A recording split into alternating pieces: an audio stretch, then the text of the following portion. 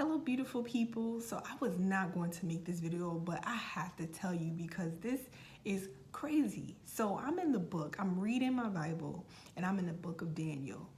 And I must have read the story of Daniel and the lion's den so many times. But for some reason, something drew me to this chapter. So I read it again. And God is just so good. He just gave me a different revelation. Like I must have not really been paying attention, right? So in the story of Daniel and the lion's den, there was Daniel who had favor, with the king. And the king, placed him over the people because he was faithful, he was responsible, he could trust him. And, the other people that the other officers were, jealous of him. They were mad and they were trying to find anything to, move David out the way. And they knew that David, served God and he prayed to God. So what they did was they went to the king and they were like, King, please, sign a law that says that anyone who worships anyone other than you will, have to, die or go into the lion's den. And the king, not even thinking, says, sure, of course, I'm gonna sign it. And what they did was, to make sure that the king wouldn't renege, they said, and make sure that this cannot be changed. Once it's final, you can't change it, no one can change it. So he signed it and they went. And once Daniel found out about this law, do you know that it didn't stop him from praising God, from serving God, from praying to God? He still went and did his normal prayer with the windows open so that everyone could see. And he was asking God for help. And these same officers went, they saw this, and they went back to the king. And they told the king, look, you signed this into the law. Your precious Daniel is praying to God. And that means that he disobeyed and he needs to go into the lion's den. And let me tell you how good God is, right? So this is the king who signed a law into, he signed a law that no one is supposed to serve anyone else but him. And if you do get caught, there are dire consequences. But when he found out that it was Daniel that was serving God, he felt some type of way. He did not want Daniel to suffer. He didn't mean for this to affect Daniel. And let me tell you how good God is. So I'm reading, and this is chapter 6, Daniel chapter 6, and I'm just giving you a brief overview of the story. In chapter 16, in chapter 14, this really affected the king. Like, he was really affected because he didn't want anything to happen to Daniel. Even though Daniel was worshiping someone else besides him, he did not want Daniel to suffer. He didn't want anything to happen to him. And this is where I was like, God is amazing. The king, they threw Daniel in the lion's den. The king fasted that night. He fasted that night for Daniel and the God that he served. So the king wasn't serving God. I don't even know if he believed in God, but he believed so much in Daniel and who he served that he fasted for him. He couldn't sleep. He didn't want no music that night because he wanted to make sure that the God that Daniel served was to protect him. And this is what blew my mind, because it's like, God will make unbelievers believers through you. He will give you so much favor that he'll make people who don't believe because it's you.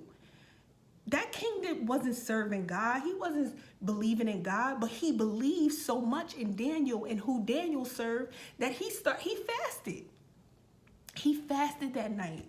And he had no choice but to lean on who Daniel was leaning on. And this is how good God is. Oh, I'm shaking. This is how good God is. Like, he will make people, unbelievers, believe because it's you. Because of who you believe in. Because you are so sure in your God that they will start to believe. and they don't want to see nothing happen to you.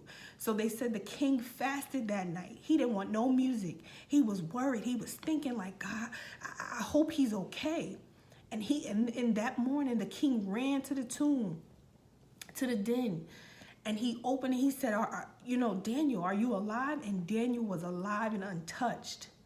And because of that, the king said, you know what? Your God is real. Your God is real. He's a protector. Like he is who he says he is. And because of that, because of his belief, because of Daniel's belief in God and his belief in Daniel, he started to believe in God. And he declared that the God of Daniel should be the God of everybody else. The king declared that the God of Daniel is who he says he is, and everyone should serve him. So the king went from setting the decree that everyone needs to serve him and no one else, to God using Daniel for the king to turn around and tell everyone, no, everyone should serve the God that Daniel serves, because he's the real deal. He will protect. He will provide. And I was sitting there reading this like, I must have read this chapter so many times, and I've never even paid attention to this.